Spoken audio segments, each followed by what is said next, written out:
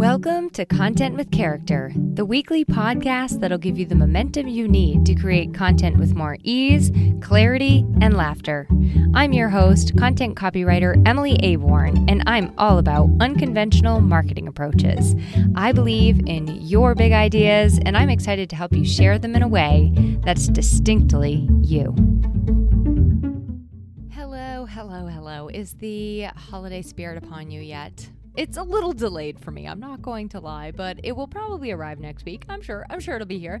But what is upon me is lots of gratitude and lots of thanks to you for finding me, sticking with me, being here with me on the Content with Character podcast this year. I can't even tell you how much joy and jolliness it brings me to be in this together with you. And I did listen back to last week's episode and I was like, little too jolly, Emily, little too jolly. So I don't know, maybe we'll turn it down a little bit today. But thank you for really, truly, genuinely, thank you for those who share the episodes, who tell a friend, who leave me ratings and reviews, who send me questions, who engage in conversations with me. Like, it means the world, each and every single one of those. And I mean it. For the last 3 episodes of 2024, and also don't worry if you're listening to this in the future, by the way, it's going to be pretty evergreen. But for the last 3 episodes of 2024, here's where we're going. Okay. Here's the map. We're going to do a breakdown today of the top tips / top lessons I've learned in 2024 when it comes to specifically content creation, podcast guesting, marketing. And then next week, since it's the holiday week, we're going to keep it light with something you can listen to while baking pies or whatever it is people make. And we're going to talk about the 5 levels of listening and what that means, like in our business and in our marketing, not to mention your personal relationships. It can be amazing when you start listening to friends, family, and people in general. So then last but certainly not least, we're going to wrap up 2024 with my actual lessons from the field. Top lessons from 52 at the time of recording this. It's 52 podcast guest interviews in 2024.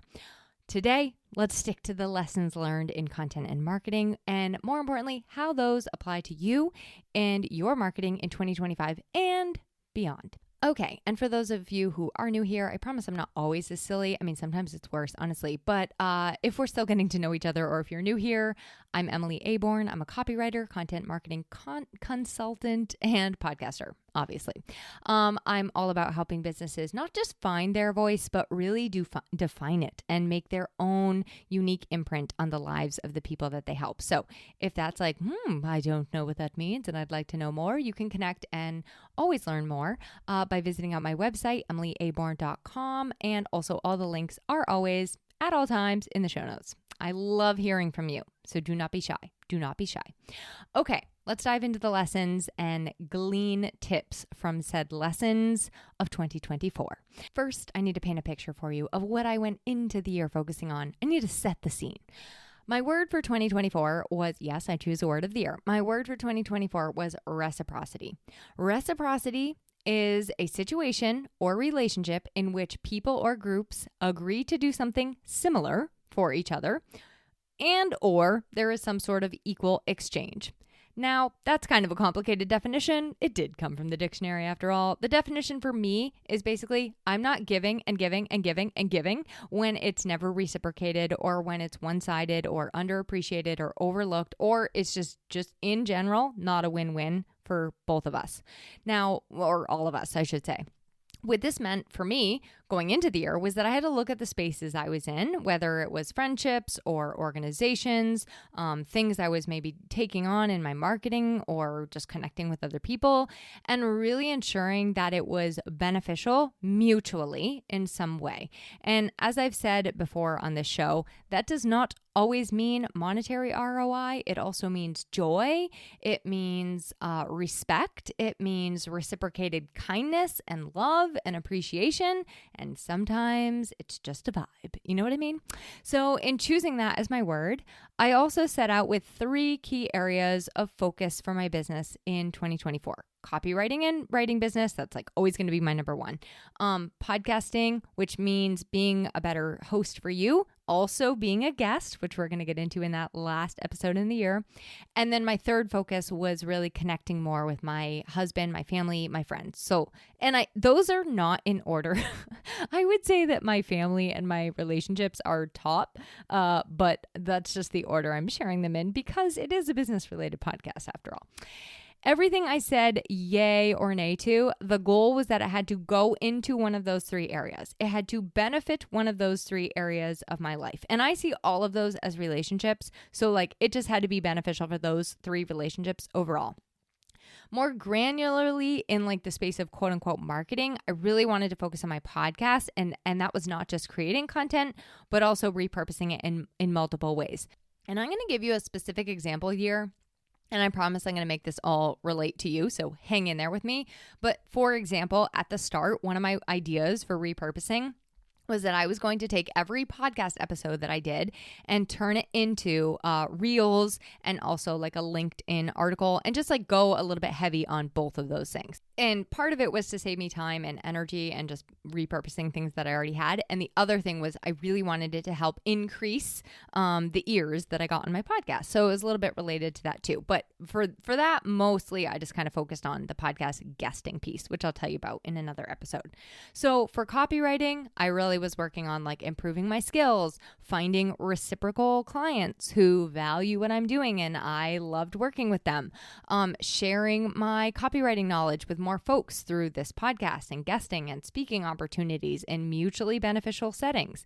And then in connecting with my husband, family, and friends, it's kind of a no-brainer, but some of it was honestly just staying in spaces that I had realized time and time again were not reciprocal, and I no longer wanted to spend my time nurturing those things. So I spent a lot of time focused on working on one-on-one relationships with my family members and my friends, not forcing reciprocity on people or going overboard and trying to be responsive or overly giving if something just was you know what, Emily, we don't want this from you. We don't want your gifts. The list goes on. So there were a lot of lessons in there, and I am honestly still learning them as I reflect on the year. But that was everything I set out to do. And I just want to use that to paint a picture. Here we are, end of the year. As far as the individual elements, it did not go exactly as planned with the Reels thing and the LinkedIn thing specifically. But I think that everything how it all ended up, it went even better than planned. And I think that I did looking back, I was oh, you know what? I really did stick to these three focuses very, very closely. So I walked away with some, you know what? Not going to do that again. And some definitely want to keep this up kind of things. And I thought I would just pull together some of my main lessons from this past year, because we can use these things in the coming year in how we are considering and planning our marketing and our content. And honestly, it doesn't even need to wait till a new year. It's just things in business and collaborations and clients, relationships, marketing, et cetera, that I really think are important. So I'm going to keep it simple. I have 4 lessons for you, and we're going to fly. We're going to fly like the wind. Okay. Lesson number 1, I just spoke about reciprocity, but I got to say, I really think reciprocity is key. In business, in collaborations, with clients, in your relationships, in your friendships, in your life, reciprocity is really, really important. Now, unfortunately, I'm not able to tell you exactly what reciprocity looks and feels like for you. Only you can define that for yourself. But here are some spots I really noticed it show up for me this year with reciprocity. So I guested this year on 52 podcasts. Now, my original goal was 25. Just 25, not 2025. I could also edit that out right now, but I'm not going to. Okay, my original goal was 25, and then I quickly upped that to 50 after joining Podmatch, which if you're at all interested in podcast guesting, I highly recommend you check out Podmatch. I have an affiliate link in the show notes for you if you want to check it out. So I upped that goal to 50, and then I got to 52. And what I noticed in this process was that some of the hosts were actually less excited about their shows than I was as the guest. Some I'll get into this more detailed in that end of year episode, but some hosts are less prepared than the guest. Some hosts don't reciprocate, whether it's your thanks or your reaching out in the first place or your value. Some are like just downright kind of shisty and trying to sell you something, not just like bring you a impactful message to their, not just bring an impactful message to their listeners. I'm getting pretty good at spotting when a host and I are not going to have a good reciprocal relationship, but I will say that the podcast universe is small. We're a cozy knit bunch. And when we've both entered the room with a heart of reciprocity, a give mindset, it goes amazing and it spreads out into the world. Like then I want to tell my friends, oh, you have to meet so-and-so, and vice versa. So whether you're a host or guest, set out with that spirit of reciprocity from the get-go. And I got to tell you, it goes such a long way. It is the actual difference. It is the key difference and an intangible difference between interviews I'm like really excited to share and interviews that I'm so not excited to share. And it also, reciprocity can make it so that you just want to catch up and like connect again with those podcast hosts. Like you actually genuinely just make friends. So another area that reciprocity is really important is with clients and or subcontractors that we bring into our businesses to help us with something or that we work with. There's nothing worse than when a client or a subcontractor does not see this as a collaborative partnership. So again, just a reminder, it's a give. It's a polite response if you're working with somebody. It's respecting their timelines. It's following through on the things that you say that you're going to do, respecting their cost and their boundaries. And those are some just like key pieces of having a reciprocal client or subcontractor relationship where everybody wins. Reciprocity is also the key in collaborations with other people. I've had the opportunity to work on some amazing collaborations this year where reciprocity was 100% the name of the game. We matched energy. We matched our sharing and promoting. We brought complementary skills or talents, a willingness to get the work done. So reciprocity in collaborations is so key and humongous. It is so huge. Lastly, reciprocity is key where you decide you want to focus your marketing efforts. You don't have to be in all the places, you can't be in all the places, and you can't take on all the things. So use the law of reciprocity I just made that up. I don't know if it's a law. Choose places and platforms, spaces that give back to you in some way. And remember that sometimes that does take time. It's okay to experiment. It's okay to change your mind. It's okay to stop doing something that isn't feeling worth your effort anymore. For me, like I said at the beginning of the year, I went all in on Reels. I'm like, woohoo, this is fantastic. I'm going to go all in on Reels and LinkedIn articles. And then I realized like this is not doing what I would like it to be doing for me. And it actually was just way more stressful and way more work than I thought it was going to be. So I tried it, gave it a solid go. And then I realized it was not having the desired result. And it actually was not that mutually beneficial, like for any of us. I also tried 2 organizations and then also sponsoring something. And those are not things that ended up working for me or being reciprocal for me. And so a few like little shiny objects here and there, right, that weren't mutually beneficial. And so I did kind of say, you know what, this is not for me. And it's not just because it wasn't in some cases, it's not just because it like wasn't giving to me. In some cases, it might have been the opposite, right? So just thinking about those kind of things. But the lesson here being reciprocity is key. Be the one who reciprocates on the things that you commit to. And don't be a part of things that you don't feel reciprocal, like that you don't feel excited to reciprocate on. Don't stay pouring into some place where your efforts are constantly and decidedly not helping you or giving back to you in some way. And again, that ROI could be mental, physical, emotional, spiritual, like financial. All the reciprocity does not look one way or the other. By the way, that is a super hard word, and I'm picking a way easier word for 2025. Okay, lesson number 2. That was the other part of that lesson. Lesson number 2, coming up with the idea is easy. Selling it is harder. Now, this is not meant to be negative or dissuade you from coming up with new ideas. I do it all the time. It's not to prevent you from coming up with workshops and events and promoting them, but it is important to remember that it's not just enough to come up with a wildly good idea. That's great, good job. That's 40% of the recipe. But you also have to consider all of the pieces that go into getting that idea into the world. And when you look at all of those pieces, then you can say, oh, I do have the capacity to take this on at a certain time, or I don't. So this happened quite a bit through the year for me. I'm always getting ideas, and I also love collaborating, especially with my friends. So some things that we kind of tossed out there was I wanted to do this retreat with someone, a 1-day retreat. We kind of got all these ideas and this excitement for it. And then we started thinking of all the pieces that were going to go into it. And we're okay, we don't have capacity for this right now. Another one was just a simple 1-day business workshop. And I was excited for it. My collaborator was excited for it. Unfortunately, it was actually her that had to say, you know what, I don't have the space for this right now. And it's feeling really, really overwhelming to me. And I'm you know what? No harm. I would never want you to go into this feeling that way. So let's not do it right now. It's a great idea. And one thing I know about great ideas is you can always pick them back up later. I also had that Dreamstorm 2025 workshop that we did last week with my friend Rachel Crompe. And what I'll say about that is it was a great idea. It took us about 5 seconds to come up with it all. We literally wrote the landing page in 10 minutes.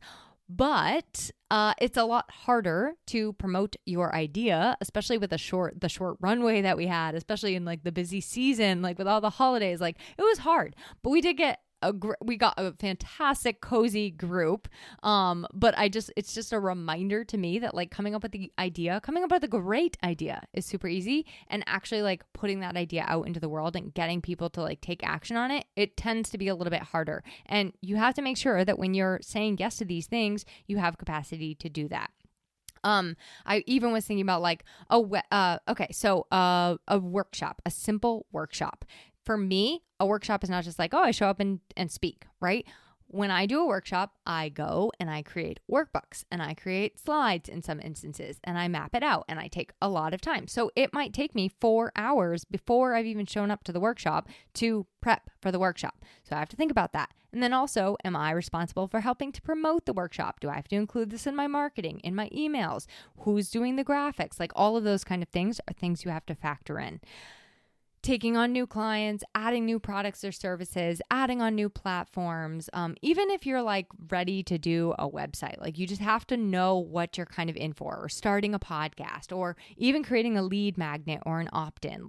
What does that whole process actually look like? So again, this is not to dissuade you from your great ideas. In fact, I would say this, if anything, take your great ideas and be really excited about them, because it's going to give you the steam that you need to get through that list of pieces and parts that go into marketing and starting. So just make sure that what you're choosing, what you make decisions on, you're doing with the mindfulness of your actual capacity. Okay? Again, not to dissuade you. I want to preserve your life force. I want you to be alive at the end of 2025.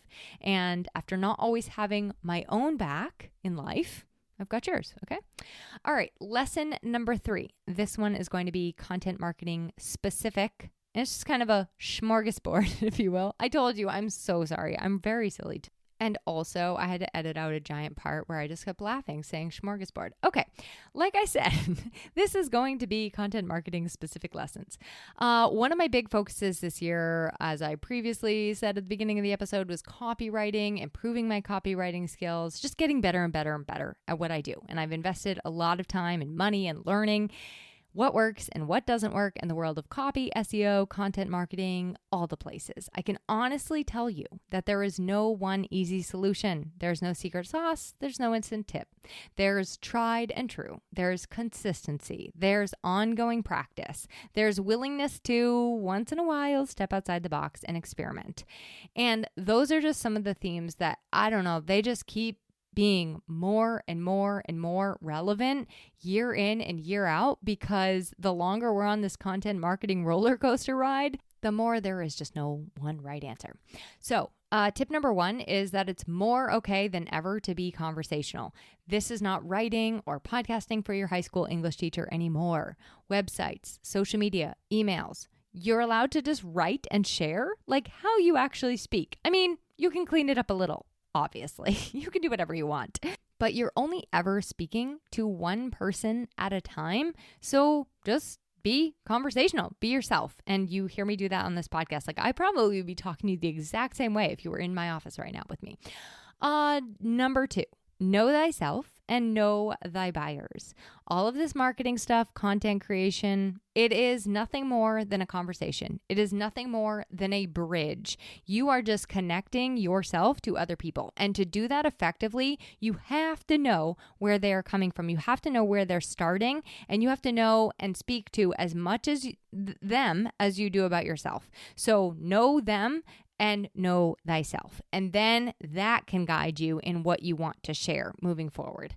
I love to pick, like, just to help solidify this a little bit more, I love to pick one person. Like, I've been thinking of one person this entire podcast episode and thinking of things that would make that person like smile or laugh or be relevant to them. And yes, if you guess that that person was you, it is. So whatever you sit down to write or create, just pick a client from past or present or future and speak or create just for them. Specific is terrific. The idea that specific is universal is often attributed to Leo Tolstoy, who actually said it much more eloquently than specific is terrific. He said, if you want to be universal, start by painting your village.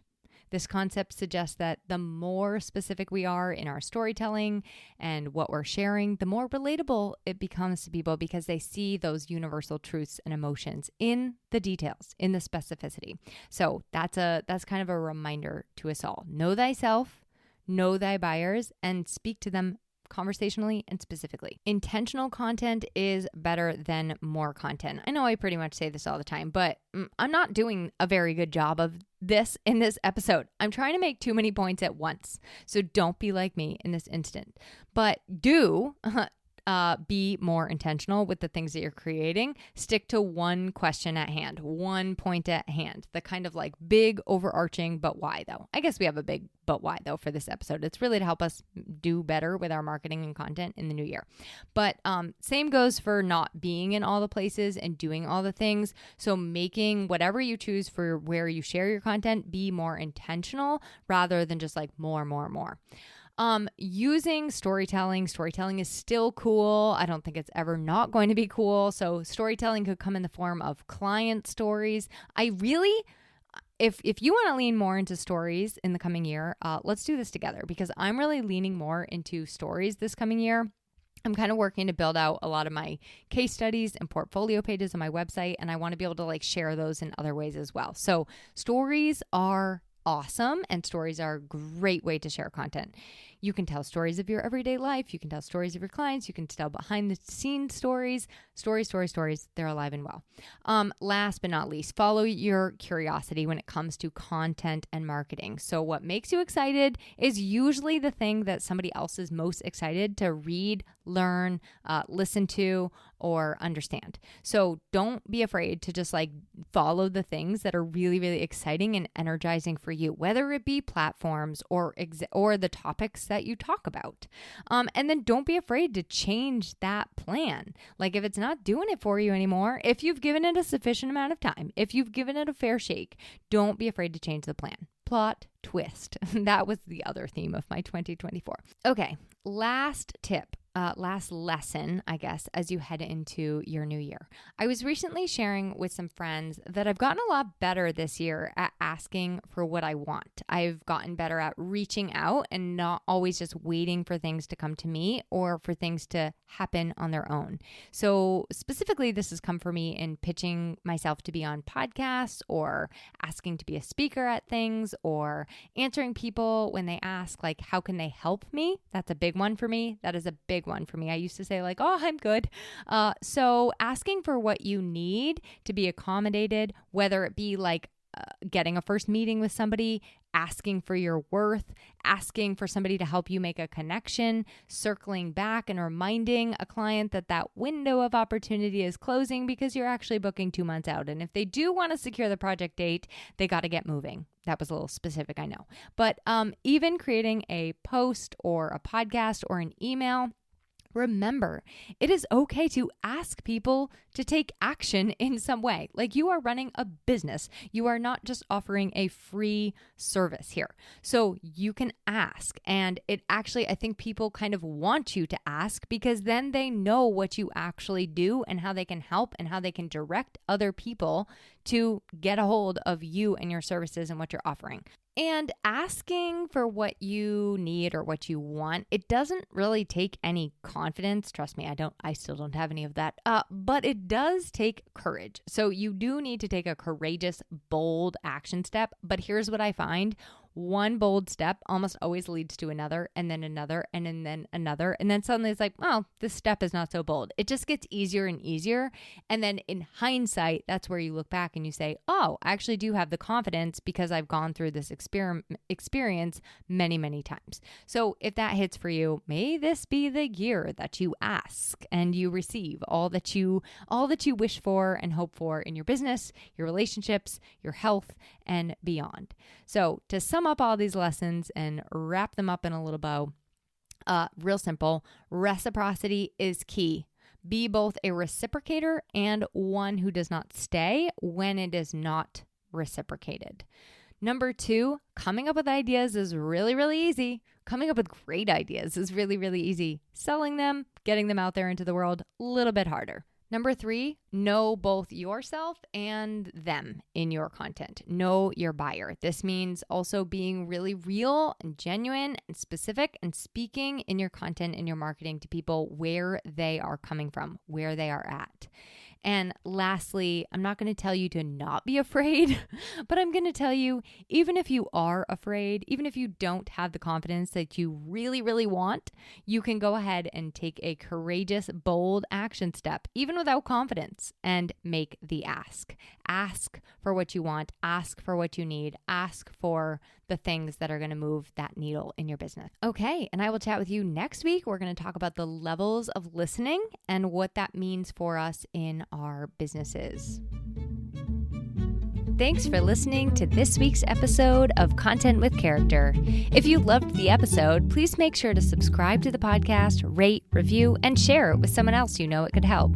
For more content and visibility tips, visit my blog at emilyaborn.com and be sure to connect with me on Instagram at Emily Aborn. I'd love to hear how this inspired you to take action.